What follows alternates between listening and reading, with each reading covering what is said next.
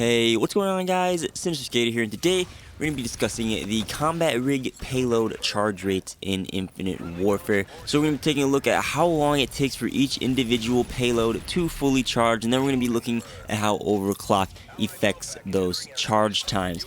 Now, before we get into this, if you guys did enjoy the video or did learn something new, I'm going to ask you this time to please do leave a like on this video, because armory analysis in general just takes a lot of effort, but for this specific video, I sat down and timed out the 18 individual rig payloads for like more than an hour and a half, and I had to put everything together. Just share the info for you guys. So please, if you did, hit that thumbs up button. But let's get into these payloads. So all these timings were done in the standard team deathmatch game mode.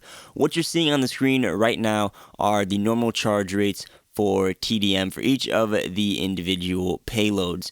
As you can see, the times range from about a minute all the way up to 5 minutes and 20 seconds.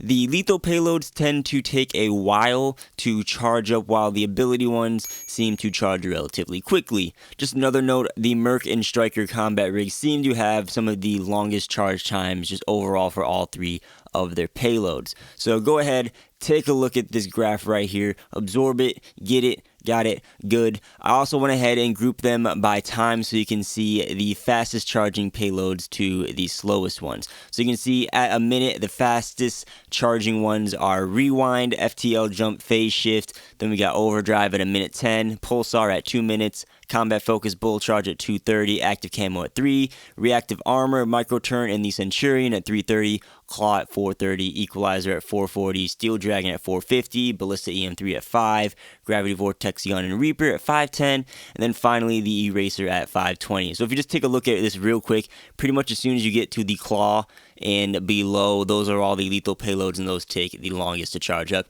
Everything above that charges relatively quickly because they're pretty much non-lethal.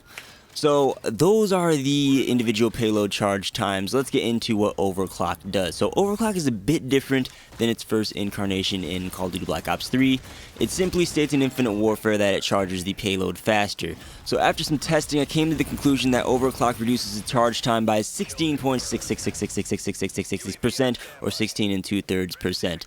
The new charge times with overclock, you can see on the screen right now. The Claw originally was 4 minutes and 30 seconds. With overclock, it charged in 3 minutes and 45 seconds, almost shaving a minute off. Rewind is in the 50 seconds, shaving about 10 seconds off of its total time. So, you know, if you're using like a higher charging time payload, like the Eraser, any of the lethal payloads, overclock can be very useful and is definitely a perk that's worth considering for a class point. For payloads like Phase Shift, FTL Jump, something that charges relatively quickly, you're only like shaving 10 seconds off, so it's not that much of a benefit, but still a benefit nonetheless. So what we just went over are the raw charge times, when you go into a game and just sit there and do nothing. That's very unlikely when you're actually playing multiplayer. So, you know, you might have noticed kills also fill the payload meter as well, and this is the last bit of info I have for you. It seems that kills fill an extra 5% to around 15% of the payload meter. The longer payloads mainly get the 5% boost, and some of the shorter ones tended to get the 15% boost. I didn't do them all because there were a lot to test, and the test results I was getting just seemed to vary a lot, but it seemed to sit between the 5% and the 15% range, more leaning towards the 5% range. I got 15%, which was the highest, which was for Phase Shift. It just, that got a lot of kill boost for it, so I don't know why, but there you have it. Those are the stats for that.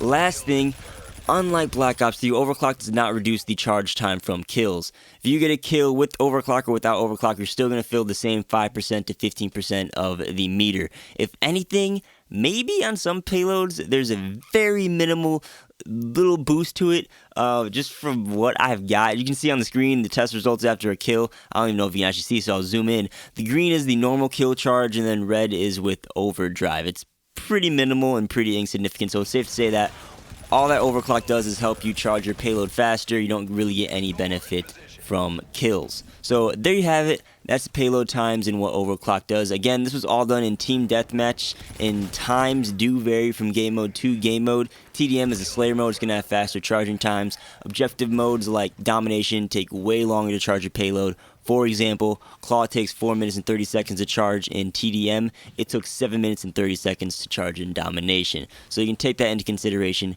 when making a class. But that's all my knowledge for you guys. Hopefully you enjoyed and learned something new.